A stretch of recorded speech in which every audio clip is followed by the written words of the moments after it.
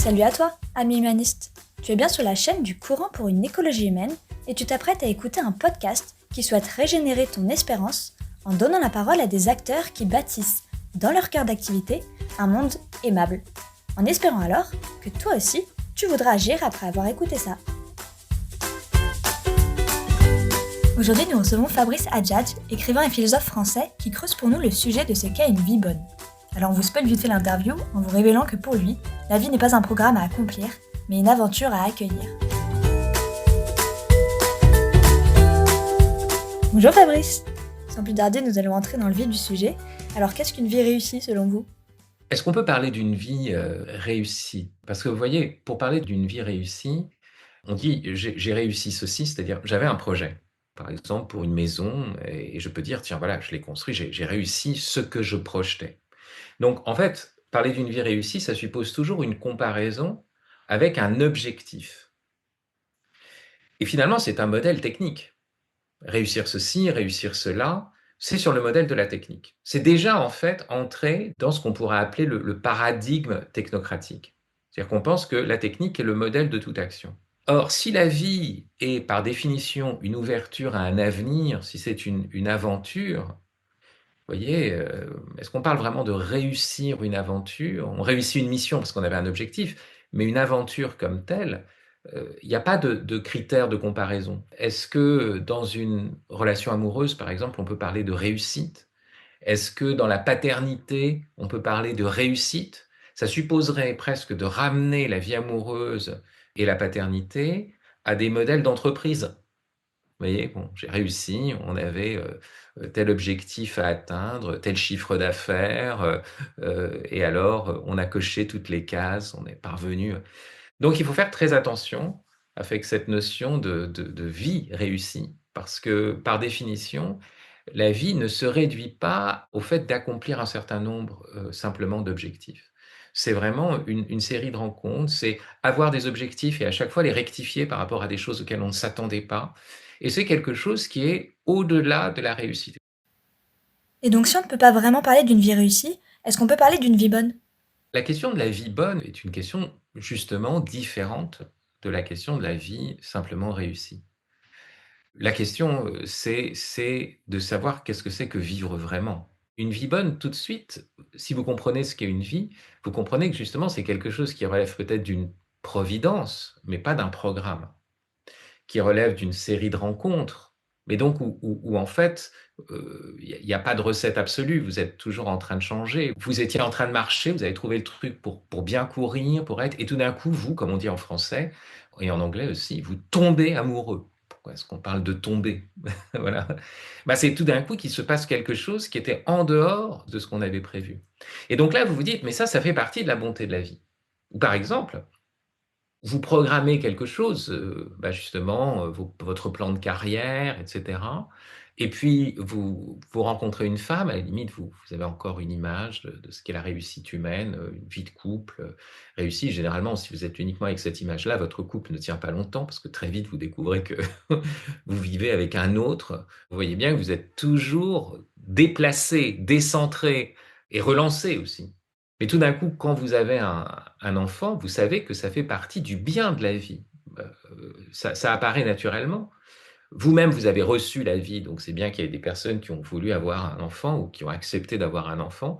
Et en même temps, quand ça advient, vous voyez bien que c'est bon, vous voyez que c'est bon, mais vous savez aussi que c'est entré dans du drame. Vous-même, vous souffrez, vous êtes vulnérable, vous n'avez rien compris à la vie, vous donnez aux autres une vie que vous ne comprenez pas, et une vie mortelle, et une vie passible, c'est-à-dire être non seulement être capable de mourir, être capable de souffrir, et même une vie, comme on dit dans le vocabulaire technique, pécable, c'est-à-dire être capable de pécher, de commettre l'injustice.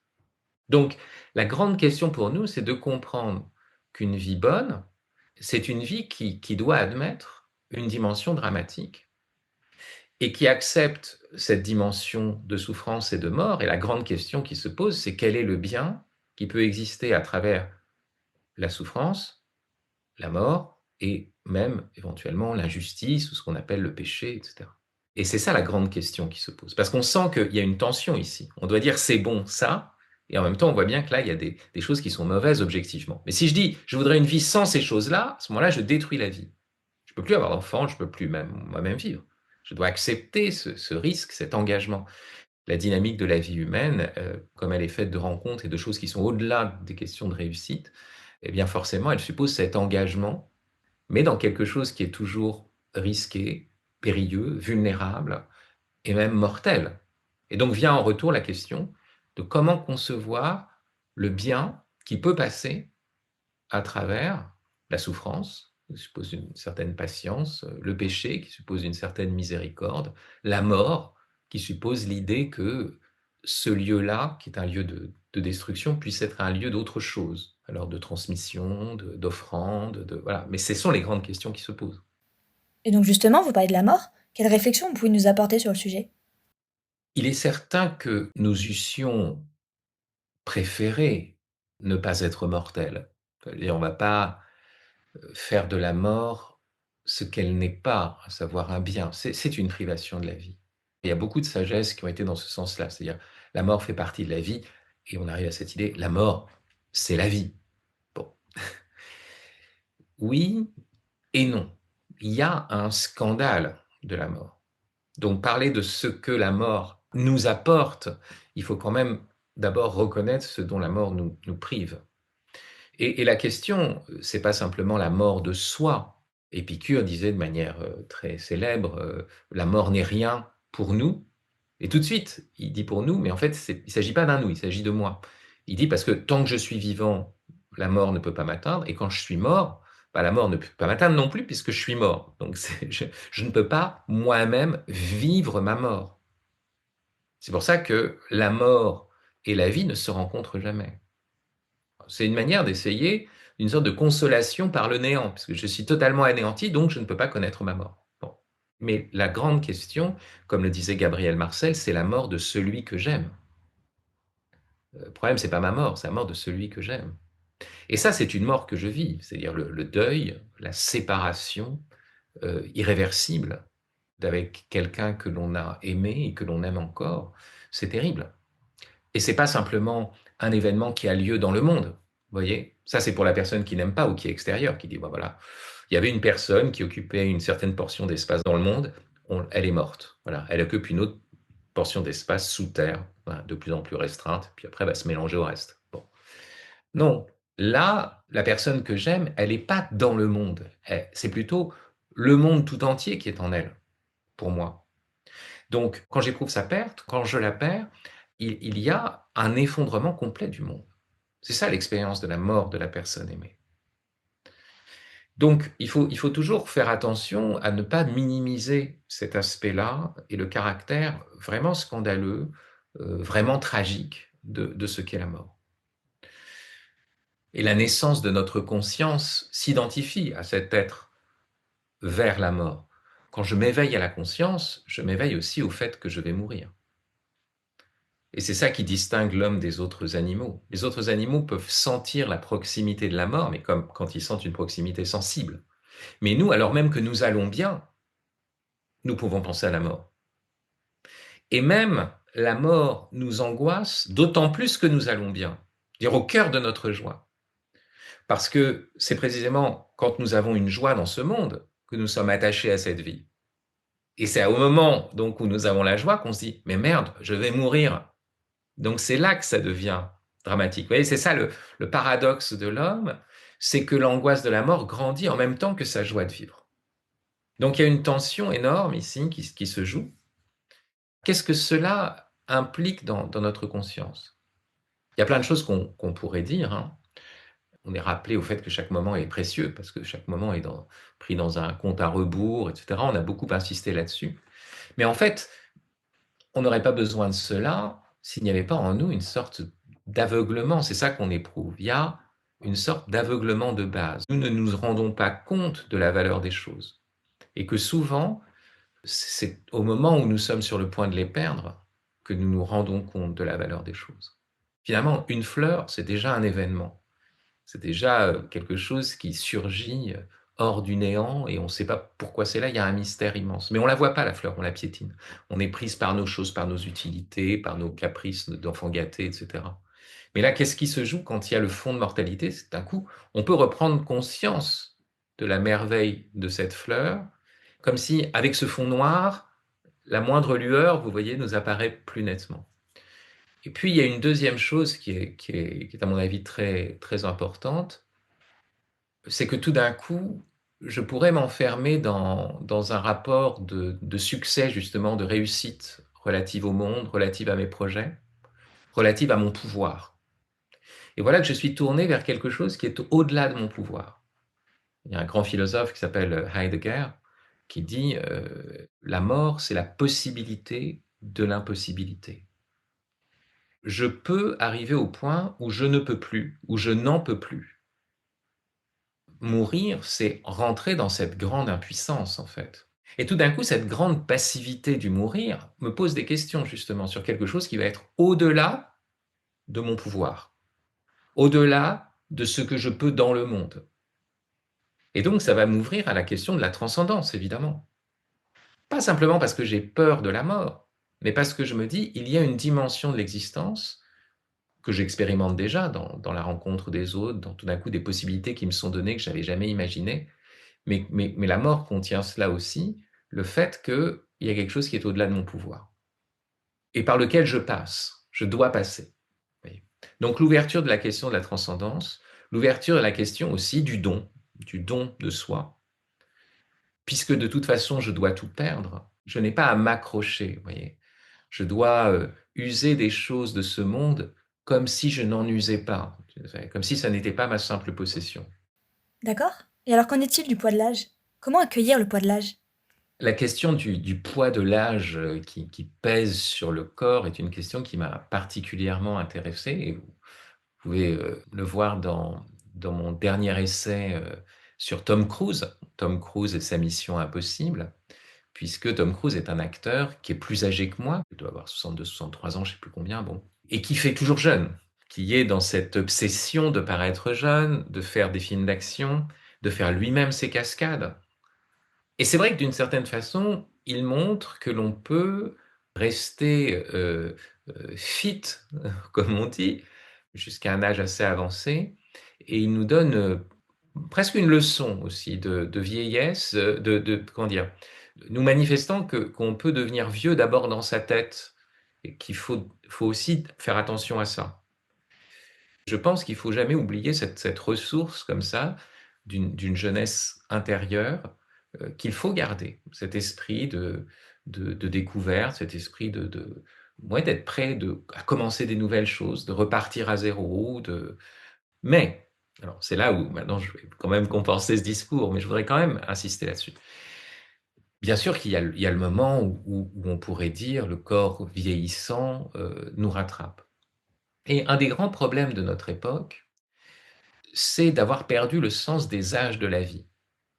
C'est-à-dire qu'en réalité, il y a un certain type de perfection propre à chaque âge de la vie. On ne doit pas attendre d'un petit enfant la même chose que d'un adolescent la même chose que d'un adulte, la même chose.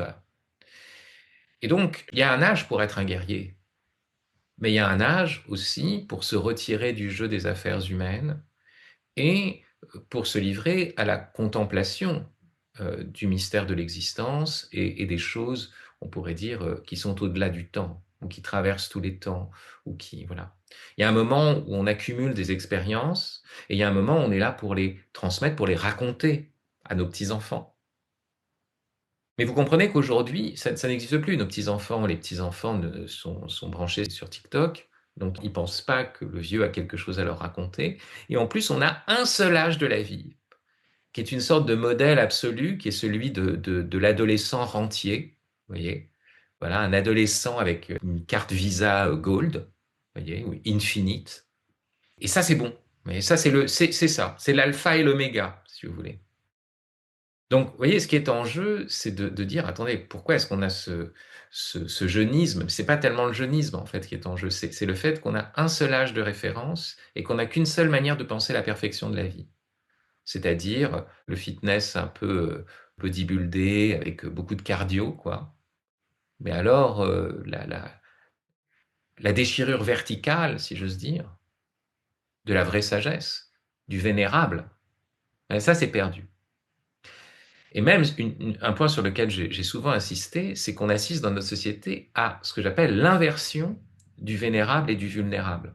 On voit les vieux comme les personnes vulnérables et on voit les jeunes comme des personnes vénérables. Alors qu'en fait, dans toutes les sociétés traditionnelles, en fait, avec un peu de raison, c'est exactement l'inverse. Le vieillard, il est vénérable parce qu'il a traversé des choses et il a tenu et il a des choses à nous raconter. Mais le jeune est vulnérable. Qu'est-ce qu'il va devenir?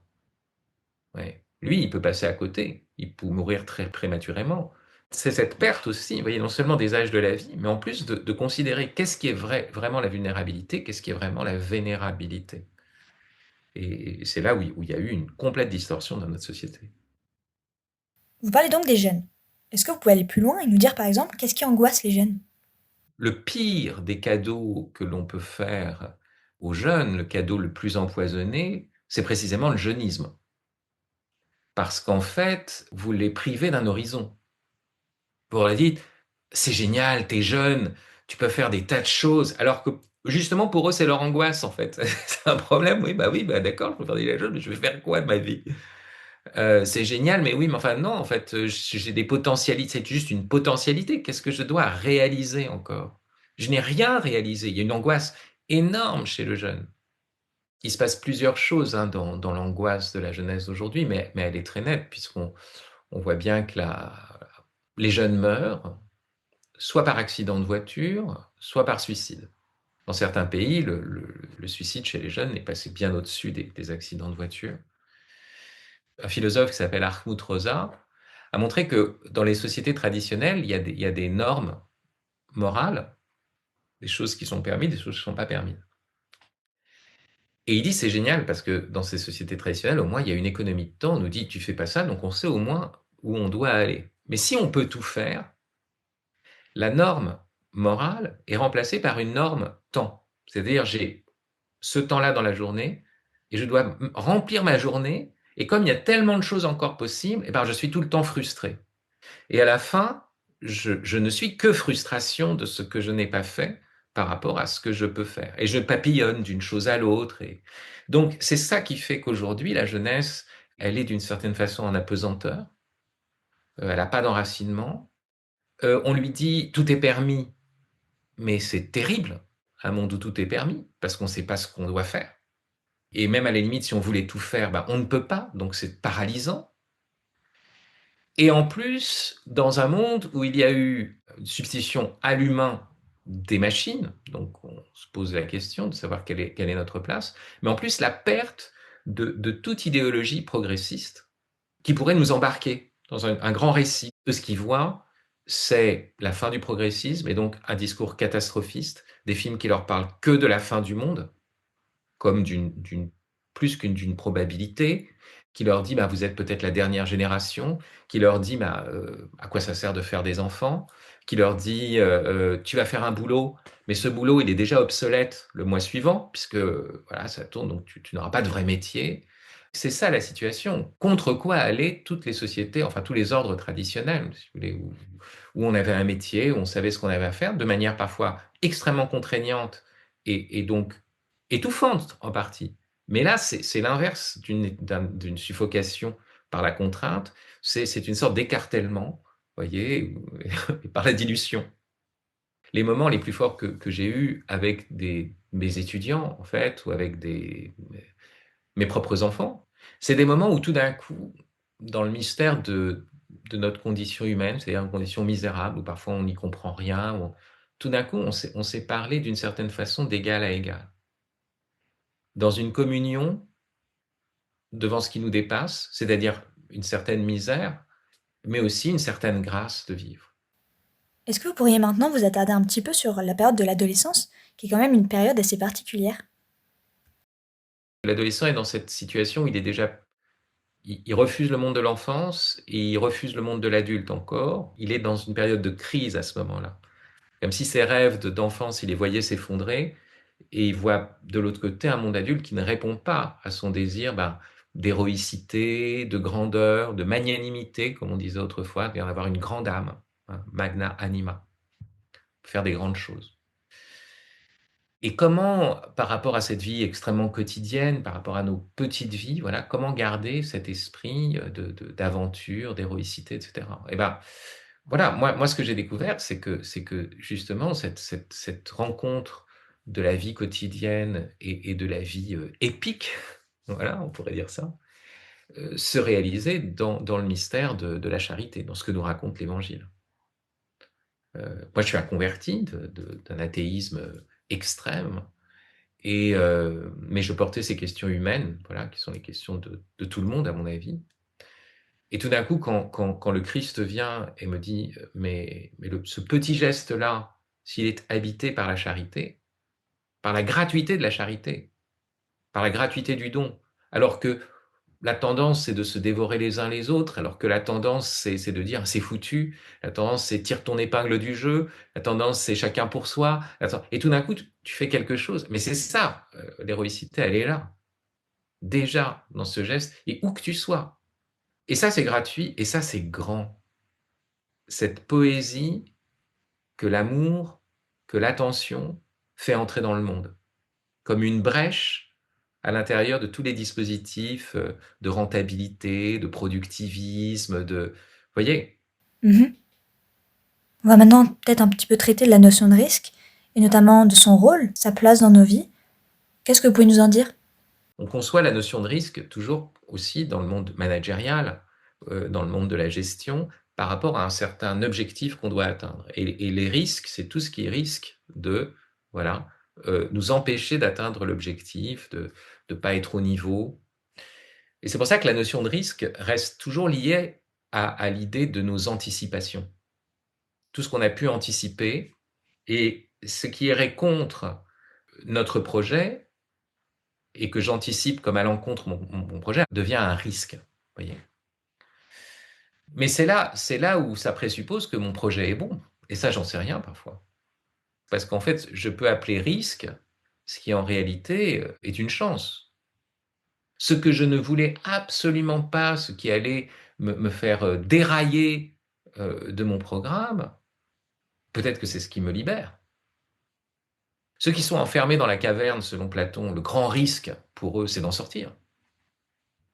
Et d'ailleurs, quand quelqu'un essaye de les libérer, il leur fait voir un peu la lumière, ils sont tellement accoutumés à l'obscurité que ça leur fait mal aux yeux, ils sont tellement fixés devant leur écran que si on les fait bouger, ça leur fait mal à leur corps, dans leur ankylose, ils n'arrivent pas. Donc le grand risque, pour eux, c'est ce qui est terrible, c'est la lumière, c'est le mouvement de la vie. Ils ont peur de ça. Non, surtout pas ça. C'est ça. Non, ma vie est risquée. Je ne vais pas entrer dans.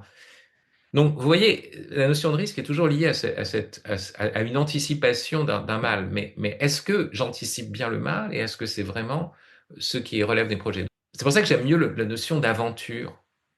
Parce que la notion d'aventure contient cette dimension d'avenir. Elle est fondée sur le mot avenir. Il y a ce que je projette, mais il y a aussi ce qui est au-delà de mes projections, ce qui vient. Et je dois, avec un discernement bien sûr, mais je dois accepter aussi d'être surpris. Mais alors du coup, qu'est-ce que vous pensez des rituels? Sous un certain rapport, on pourrait dire que le rituel, c'est quelque chose qui introduit une régularité, une règle, une forme presque de monotonie. Et même ce que je vous ai dit relativement à l'aventure pourrait dire, bah non, on est ouvert à l'avenir, à tout ce qui se passe, donc chaque instant est un événement qui peut nous faire passer d'un truc à l'autre. Non, donc finalement, pas de rituel. Le rituel a un caractère, on pourrait dire, conservateur. Et à partir de là, on pourrait mépriser le rituel. Et ça me permet d'entrer plus profondément dans la notion d'événement dont j'ai parlé, ou d'aventure dont j'ai parlé. Le plus surprenant, c'est pas le truc innovant, c'est pas le truc exceptionnel, c'est pas le truc qui tout d'un coup on l'avait jamais fait, c'est pas le dépaysement, c'est pas l'exotisme. Le plus surprenant, c'est que tout d'un coup, ce que l'on connaissait depuis toujours,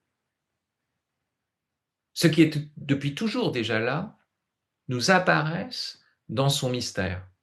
Le plus grand événement, c'est ce à quoi je ne m'attendais pas dans ce qui était toujours déjà là. La grande aventure, elle n'est pas en termes d'extension. Vous voyez, j'ai la bougeotte, je vais d'un truc à l'autre, ou alors en termes d'intensité. Euh, la beauté de la mer avec ses vagues, avec son va-et-vient, avec sa répétition, avec sa monotonie, nous advient progressivement. On la contemple, et tout d'un coup, ce qu'on voyait depuis toujours, dans sa scintillation, vient remplir notre cœur, et on ne sait pas pourquoi. Donc, c'est pas en extension, c'est en intensité, mais en intériorité, en fait, dans une manière d'entrer dans l'événement. Et c'est pour ça que le rituel, c'est toujours, comment dire, une pratique régulière pour restaurer l'attention à l'égard des choses qui sont toujours là, des choses quotidiennes. Par exemple, vous vous mettez à table, vous pouvez vous jeter sur la nourriture. Mais si vous faites une prière de bénédiction, ça peut devenir une mécanique, hein. Mais il y a un moment où on dit, bon, attendez les gars, on s'arrête, on fait silence. Qu'est-ce qui va se passer là? Il y a des nourritures qui sont arrivées là, ça a fallu tout un ordre du cosmos, des tas de gens qui ont travaillé, une chaîne de solidarité extraordinaire.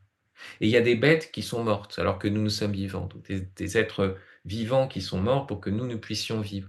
Et tout d'un coup, on s'arrête et on dit, ah, waouh, tu vois, mon gars, là, tu vas manger une courgette, c'est incroyable. Est-ce que tu te rends compte? Oui, donc là, c'est un rituel. La bénicité, c'est un rituel qui vient tout d'un coup nous dire que dans les choses les plus simples, il y a un événement. Et c'est pour ça que à mon avis, en soulevant cette question du rituel, vous touchez vraiment à ce qui est, à mon avis, une clé pour aller d'un côté contre la mécanisation complète de la vie, et de l'autre côté contre aussi une sorte d'exotisme permanent, d'être toujours hors de soi, de changer toujours de lieu, de changer toujours de truc. Et au centre, vous avez cette idée du rituel, qui est une chose qu'on refait, mais qui est là pour nous dire, attention, cette chose ordinaire, c'est un événement. La vie la plus simple est un événement. Eh bien, c'est la fin. Quel est le dernier message que vous voulez nous transmettre? Ce monde n'a de sens que si dans le monde apparaissent des actes qui sont des actes, on pourrait dire, d'éternité, c'est-à-dire de bonté, de charité, voilà. Parce qu'à la fin, de toute façon, on sait très bien que tout ça est transitoire. La question, c'est comment est-ce que j'ai vécu dans ce temps transitoire? Merci Fabrice pour ce témoignage qui donne envie de changer de regard sur notre quotidien pour être en mesure de toujours s'en émerveiller. Auditeur, quant à toi, nous te remercions de ton écoute. Si tu as apprécié cet épisode, n'hésite pas à le partager autour de toi. Et pour suivre nos actus, ou juste t'abonner à notre newsletter mensuelle, on te donne rendez-vous sur www.ecologihumaine.eu. À très bientôt!